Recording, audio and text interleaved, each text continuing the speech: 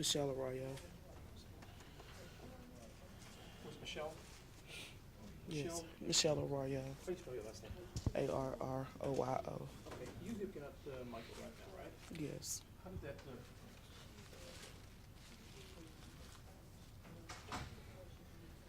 how did that come about? I mean, you having custody of Michael? The state awarded it that way.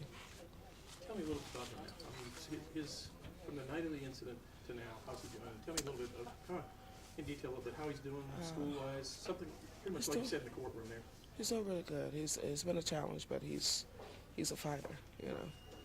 What, tell me a little about the hospitalization and the rehabs and that he had to go through. He's had to have all of the rehabs, speech, occupational, physical therapy, but he's no longer having any of those therapies at this time. Just trying to watch his gross man, and then we'll go from there. And he had a trach for quite a while too. How He did. Adapted to that. He did. It was very difficult, but he learned to adjust. He did. So what's going to happen now? I mean, he's growing, going to school. Tell me a little about that. He loves school. He thinks he's the boss there. Everybody loves him. Everybody loves him there.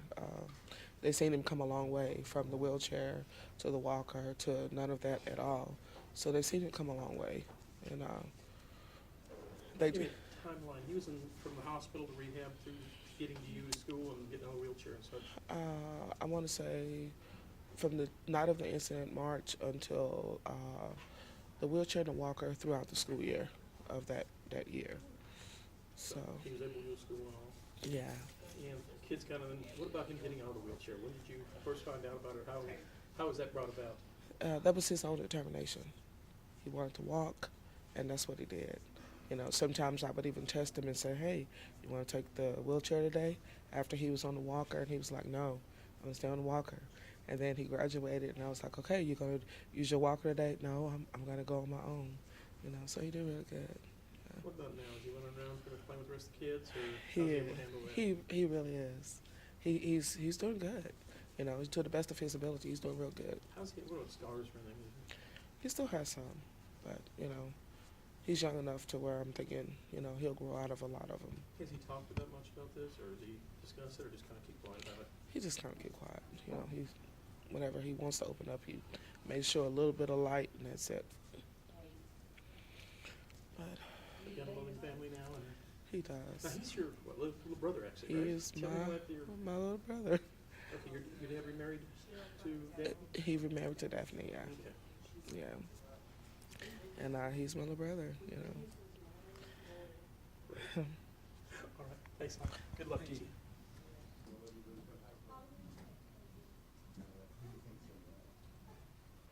I was 20 pounds lighter, I would.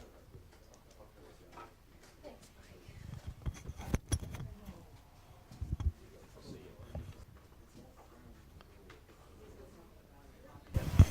I've got the name. Go ahead. Tell me about this case. And how hard it was to prosecute the case, too.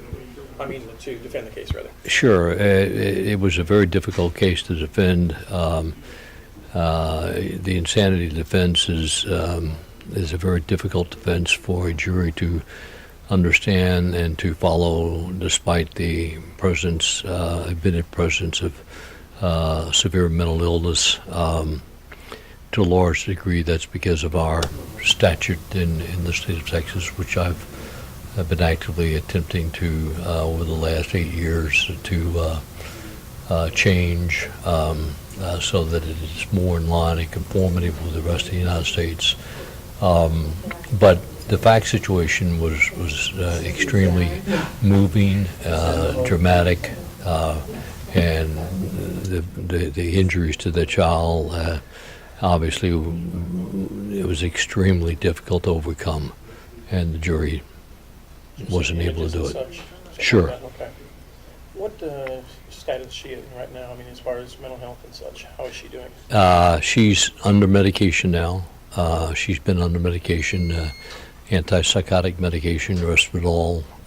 She's on lithium also, and she is presently being medicated in the jail. And I think the people over there are doing an excellent job in watching after her.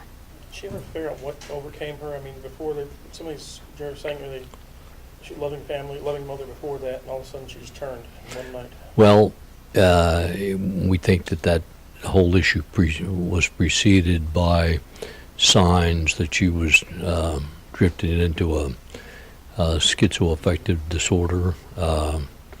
Certainly her activity at the church choir days before this incident evidenced unusual behavior.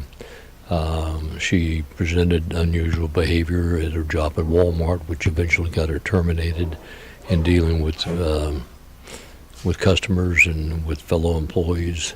And this particular incident led to horrible injuries to that precious child of hers.